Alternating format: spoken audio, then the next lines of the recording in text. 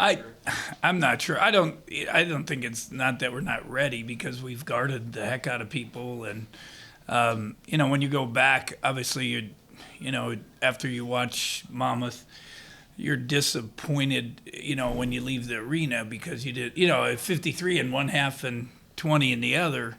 It doesn't make a whole lot of sense, but we just missed some wide open shots early. I think then we try to go make tough plays, and then we force some things at times. And we've had some time to practice. We've tried to get a bunch of shots up. But in this game now, tomorrow, you're going to go against zone probably 40 minutes, and we got to make sure we get easy baskets. We have to get transition baskets. We got to get inside touches. We got to get second chance points. Those are all really important. Then it'll make it easier hopefully make it easier on the threes. Now, if you look at our second half 3-point shooting, it's pretty good, but obviously the first half is not very good. I know we talked recruiting the other night, but I was curious to ask, how much of an impact did getting Nigel early have, you think, on the other guys following him into that? Well, somebody else asked me, I don't know if John did or somebody on the radio the other day, but it definitely, he was a nice catalyst. They all knew him. They played against him. He had good reputation. And then he jumped on board with the recruiting process, and they all FaceTime, or not FaceTime, but they get connected with each other, and so I think there's no doubt he helped with the situation. And then once Luke committed, then both of those tag team Davion, and then Selton got involved in the whole mess, and so it was good. Has Sean's status changed going into this? I think he'll play soon. So, we'll see. How tough would it be whenever that happens for him to get back into the rhythm of playing games? Oh, it's tough. But again, he put himself in this predicament, and but we've had guys get hurt and have to do it too, and he has practice every day, and he's part of scrimmages, inter squad scrimmages, things like that. So it's just now it's just. A matter of time for him to, see what he can bring to the table when he gets the opportunity. Whenever he does get back on the court, what could he add to this team? Well, he's got some physical ability. He's good sized guard. He's strong. He's quick. He gets to the hoop. When he does take care of the ball, he's a good passer. He overdoes it sometimes, but he's a talented player. It's just him figuring out a role and fitting in, I think, will be the big thing. Just for clarity, you said soon. That's not tomorrow. We'll see.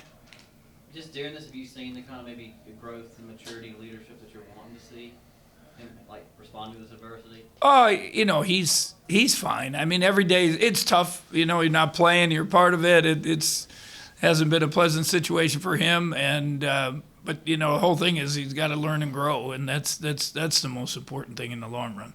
I think after the last game, you talked about needing to take advantage of this practice time. Do you think they've done that in the last week or so? We had some good days. We got a lot of shooting in. I know that, and I went back to square one. Just a lot of form shooting, getting shots up. We've been getting 100 or more threes up every day, and just hoping that they'll get a little confidence. But some of it's just why do you make them we're 5 for 9 second half? Why do you make them then and don't make a first half? I'm not sure there's a real reason.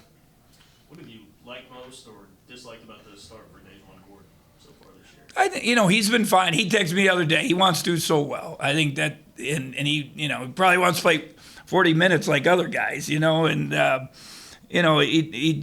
he's got to relax. He's done well. I think he's done really well for a freshman. I think all three of them have. He's got to be patient. He's he's got to get stronger, and that's not going to come now. That's going to be now. He has gained some weight. He's up in the 180s, and that's way above what he started. I would tell you, maybe 168 or something when he got here in the summer. So he's gained probably 10 to 12, 14 pounds. I think I'd have to check on it, but he's got to maintain that weight, especially get into the season. That's a big thing. And then, he has to find a way to play without the ball. I think he's pretty good with it, but like a lot of guys, your whole life you played with it, and now you got to figure out how to score without it, and by cutting, moving, transition, whatever it might be. And then on defense, he's pretty solid, but he'll gamble a little bit. Some of those high school habits come out, and gets himself in a bind because he reaches a lot, he gambles, and that's just going to take time. Those are his habits he's had for a long time. What drew you to this tournament you're going to play in next week?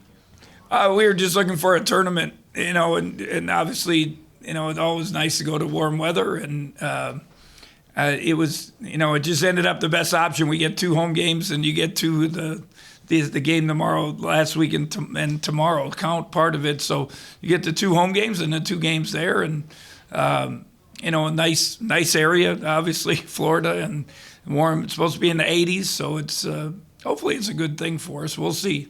How much advanced scouting do you do at all on Pittsburgh? Do you at least see how they played already, or does it not? We talked about it this morning. The coaches, I think Coach Korn has that scout. He's already watched them a bunch, and I just told them, this morning we talked just general about it, and then we always talk about what we're going to do the next day. What are we going to do tomorrow?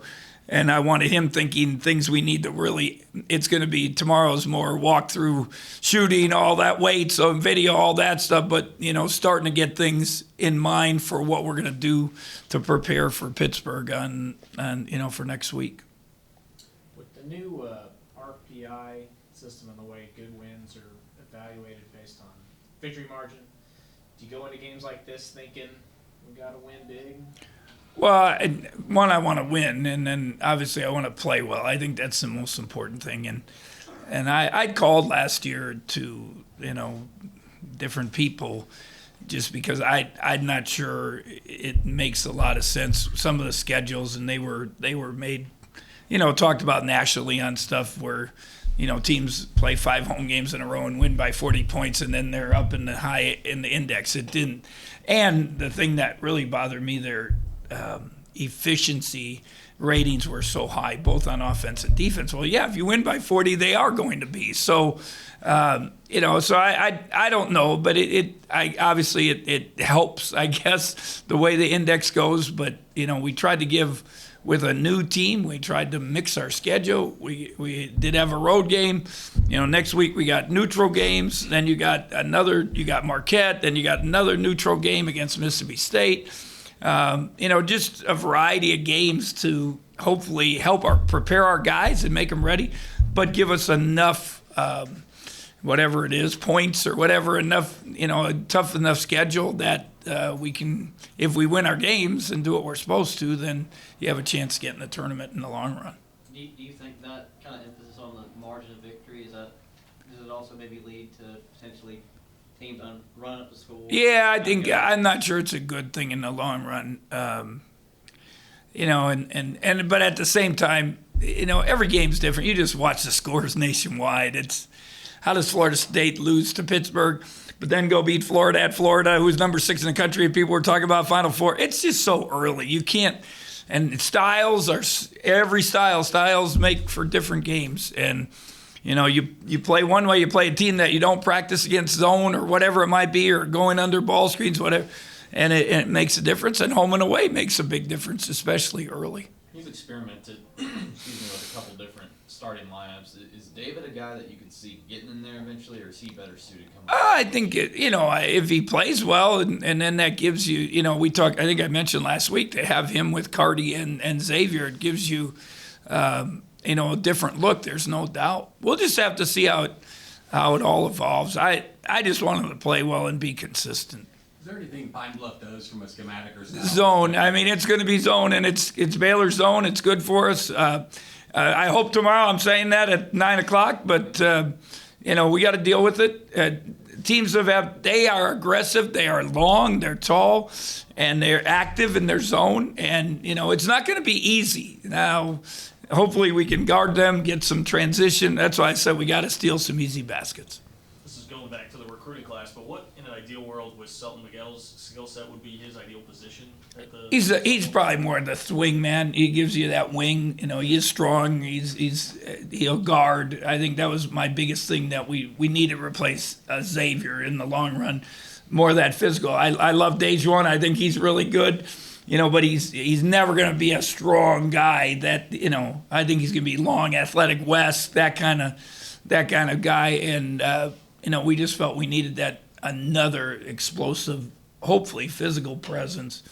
When people talk about Xavier, what do you say? Elite athlete, elite physical presence, and that's what hopefully we'll get in the long run. He's still got to lift weights and do all that stuff, but it looks like his body has that. Now, I mentioned last week, he makes threes. He also is he's playing point a lot for his prep school team, and he makes some good passes. There's no doubt about it. Is it exciting to have a true back to the basket 5 coming in with Davion? Yeah, it's different. We haven't, you had DJ and Thomas Gibson, but they were undersized guys that could score around the hoop. This will be a first time, and it'll be different. There's no doubt. I kind of joked it's the old Al McGuire aircraft carrier. He's a big body dude underneath that can make some plays.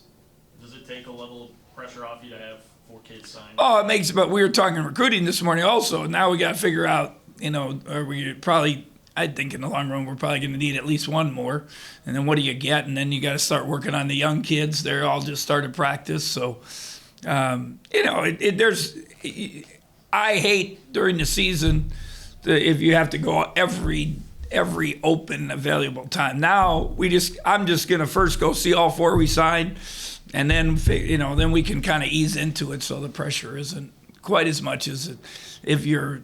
I told our guys a couple of years ago we had to sign 3 late, and I didn't know if I had it in me after that. I'll be honest. It's hard. I mean, it takes a toll, especially after the season. Is it the timetable for James and Nigel still about the same? Yeah, both have progressed, and we're hoping that Nigel start doing some individual stuff next week, and maybe by the end of November he's getting back involved, and then James is James is we just got to see if he can make the progress and not need surgery. That's what it comes down to. And he's using rest and the boot and all that stuff. And then if it responds well, then maybe he'll get back. If not, then we have to look for another alternative. What's the main thing you're stressing with Mike McGrill right now? To me, get some rebounds. I think he's taken on the role. He's become a defender. He wants to guard the top guys, and he's done a nice job with that. He's frustrated. He's got to make. He wants to make a shot like some of our other guys. But I just told him now. Coach Henderson and I were talking to. Do some little things. Get a putback. Get a transition layup. Get those hustle plays. All those things and. Play the game. Don't watch the game. And now on defense, he's busting his butt, and he's a great team guy. He's smart.